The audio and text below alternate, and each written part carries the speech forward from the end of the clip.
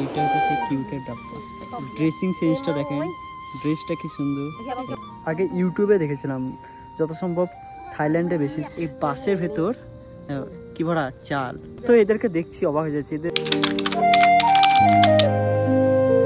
Hello guys, again back to my new video. মানে video ভাবছি যে করবো না, কিন্তু এত কিছু দেখছি, এত ভালো ভালো জিনিস দেখছি, মানে ভিডিও না করে থাকতে পারছি না। এরা আমাদেরকে একটা এমন জায়গায় নিয়ে এসছে, আমার যে ফ্রেন্ড আছে তার হচ্ছে, মানে এটা তার গ্র্যান্ড মাদারের বাড়ি। তো এখানে আমি দেখলাম, এটা আমি মানে আগে ইউটিউবে দেখেছিলাম, যত সম্ভব থাইল্যান্ডে বেশি চলে।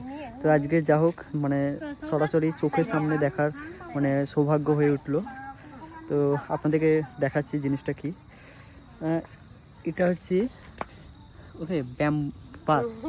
এই বাসের ভেতর কি ভরা চাল। আমি দেখে প্রচুর অবাক যে আমরা তো হাঁড়িতে ভাত রান্না করি, এরা বাসের ভেতর চাল ভরে ওয়াও হেভি রান্না করছে। এখানে রোস্ট হচ্ছে ওইটা। সো আপনারা নিশ্চয়ই দেখতে পাচ্ছেন, হয়তো আপনারা কি একটা কিউটের ডাব্বা দেখবেন। দেখেন এইটা হচ্ছে সেই কিউটের ডাব্বা, এত সুন্দর, মানে সত্যি এত কিউট, অসাধারণ। মানে যে বানিয়েছে সত্যি নিজের হাত দিয়ে বানানো বলে এটাই। মানে ড্রেসিং সেন্সটা দেখেন, ড্রেসটা কি সুন্দর সত্যি। এরকম কিউট যদি ইন্ডিয়ায় থাকতো, দেখেন শুধু কিউটনেসটা, সো ইনোসেন্ট, ভেরি ইনোসেন্ট। মানে যত এদেরকে দেখছি অবাক হয়ে যাচ্ছে, এদের যে পরিবেশ সত্যি খুবই ভালো লাগছে, এদের সাথে থেকে টাইম স্পেন্ড করে অসাধারণ আমার মুহূর্ত কাটছে। এদেরকে মিসও করবো খুব যখন চলে যাবো এখান থেকে, কিন্তু সত্যি এদের যে মানে গ্রাম্য পরিবেশ আমাকে মুগ্ধ করে তুলেছে।